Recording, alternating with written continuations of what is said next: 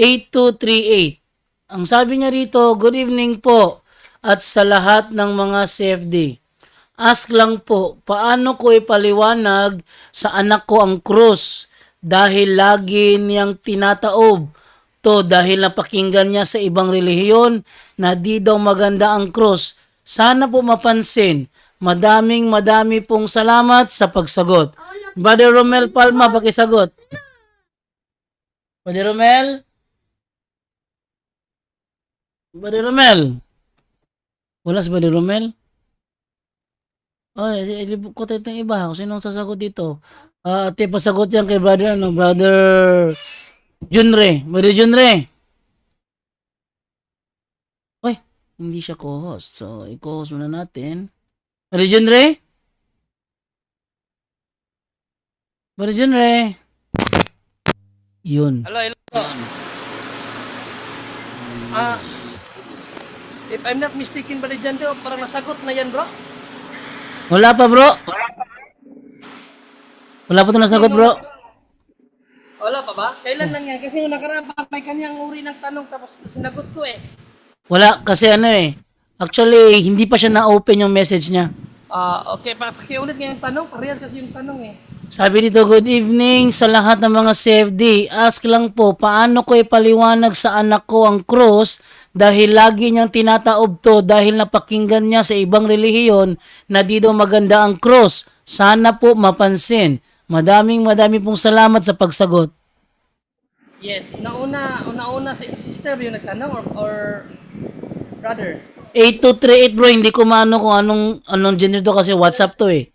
Sa WhatsApp. Sister, unang-una sister, sabihin mo sa anak mo na malaki po ang kaugnayan ng cross sa ating pananampalataya. No? Si San Pablo, pinapangaral ni San Pablo na ang krus ni Kristo ay kapangyarihan ito ng Diyos sa ating mga itinubos. Basahin nga muna natin Barijando, unang Korinto 1:18. Ang mensahe tungkol sa pagkamatay ni Kristo sa krus ay kahangalan para sa mga taong napapahamak. Ngunit ito ay kapangyarihan ng Diyos para sa ating mga naligtas. So sa mga iniligtas pala, ang krus ay napakahalaga o importanteng bagay. No? Ito sister ay again sinabing San Pablo kapangyarihan, no? Sa mga iniligtas at sa mga ayaw nito, ito ay para sa kanila, ito ay walang halaga, kamangmangan.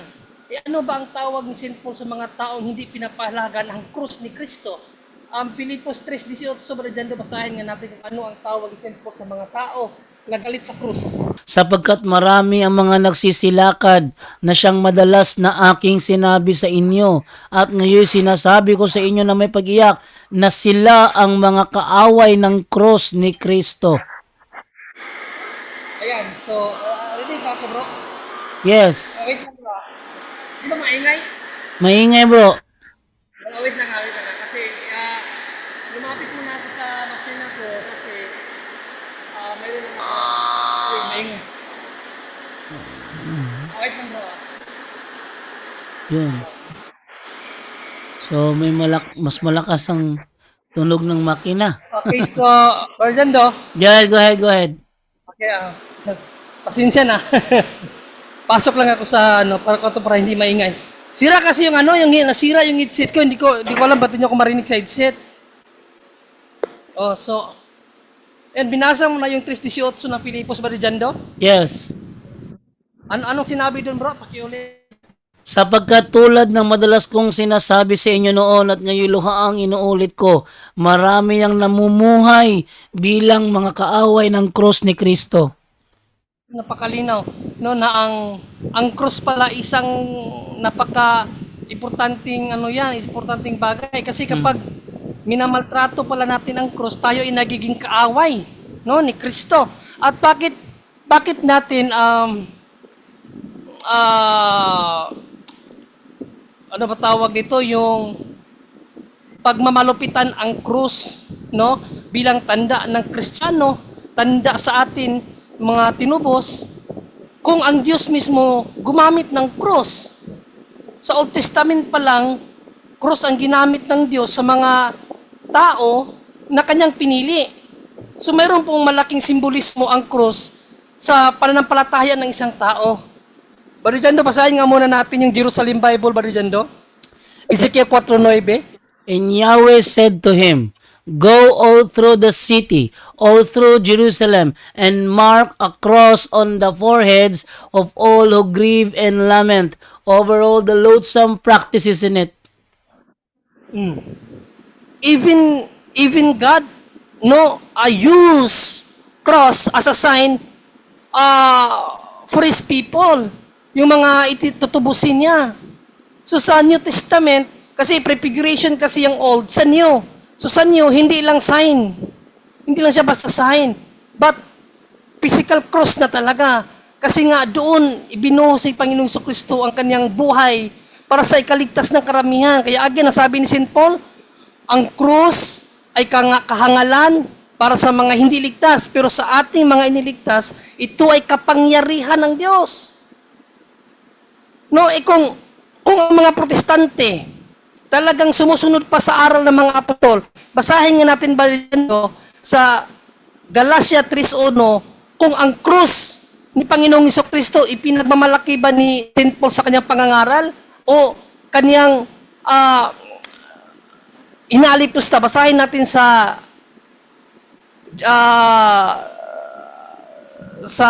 The Living Bible, Brother Jando, yung 3:1 ng Galatia.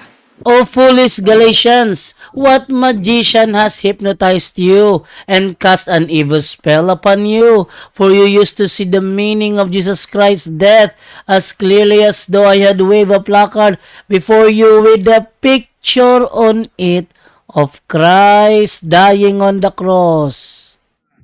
Bakit si St. Paul, ang krus ng ating Panginoong Jesucristo na inilagay niya sa placards, wini-wave pa niya sa mga tao, pinapakita kung ano talaga ang kahalagahan ng krus ni Kristo. Bakit ito mga protestante, ayaw nila ng krus? Sila ba yung katuparan sa Pilipos 3:18 ng mga kaaway?